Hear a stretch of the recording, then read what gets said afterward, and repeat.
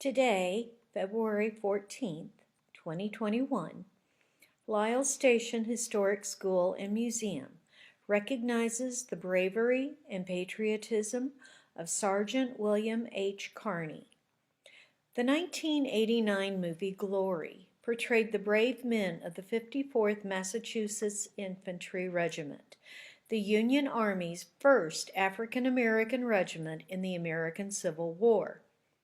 23-year-old William H. Carney was one of the brave volunteers depicted in that movie. Over 3,500 service members have received the Medal of Honor throughout U.S. history. Only 90 have been African American. Sergeant William H. Carney was the first, earning the honor for protecting the American flag during the charge on Fort Wagner, despite receiving life-threatening wounds, including a shot to his face. Born a slave in Virginia in 1840, when he was 14, he attended a secret school where, despite the laws banning him from learning to read and write, he received an education. The family either was emancipated when their owner Major Carney passed away, or by following the Underground Railroad to freedom in Massachusetts.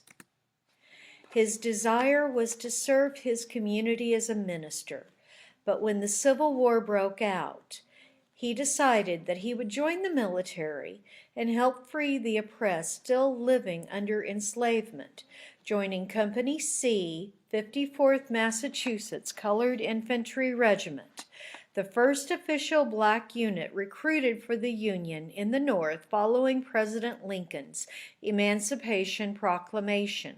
Two of Frederick Douglass's sons served with him in the regiment of just over 40 other African American men.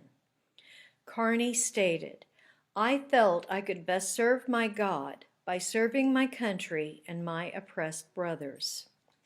In July of 1863, Carney's regiment led the charge on Fort Wagner, defended by the Confederate forces who were prepared for battle and fired relentlessly at the 54th, who continued to advance while often fighting hand-to-hand.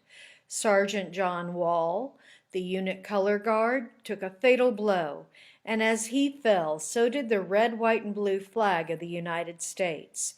William Carney tossed his rifle to the side to grab the flag so that it did not touch the ground.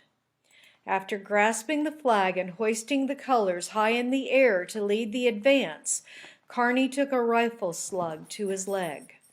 Despite the pain from his wounds, he continued to lead the advance, gaining entrance to the fort where he proudly planted the flag, only to discover he was alone with the majority of his regiment killed or wounded. Hoisting the flag to lead any survivors, he was attacked by Confederates who saw the colors waving in the air. Instead of fleeing for his life, he wrapped the American flag around the staff to protect it from gunfire and ran down the embankment. He stumbled through chest-deep water in a ditch, holding the flag high.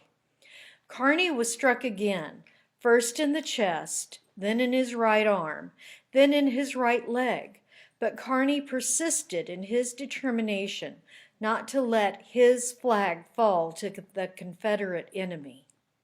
Survivors of the 54th watched Carney struggle to safety, but were unable to rescue him.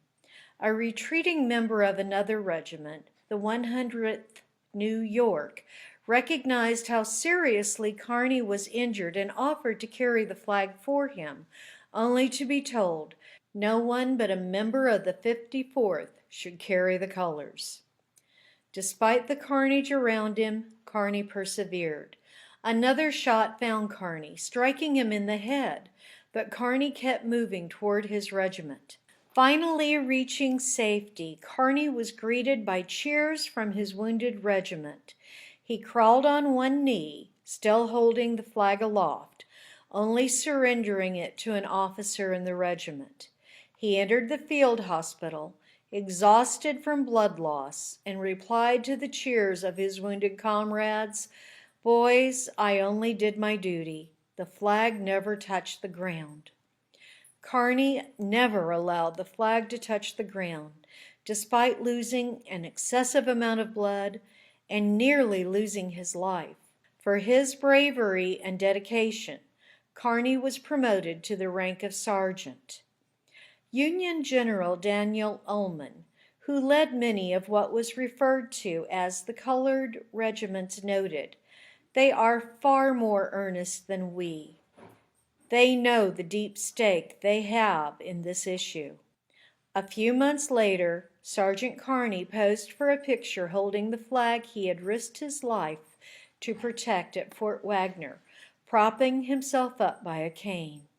He was later medically discharged from the Army for disabilities due to his wounds.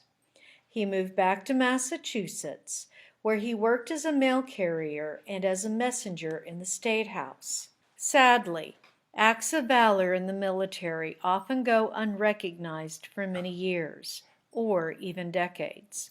This was the case with Sergeant William H. Carney, who finally received the nation's highest award, the Medal of Honor, on May 23, 1900. Carney died 8 years later and is buried in the Oak Grove Cemetery in New Bedford, Massachusetts.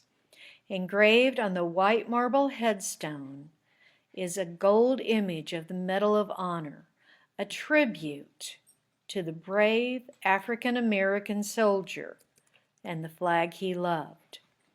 After Carney's death, Henry Mather and George E. Lothrop wrote a song celebrating Carney's actions.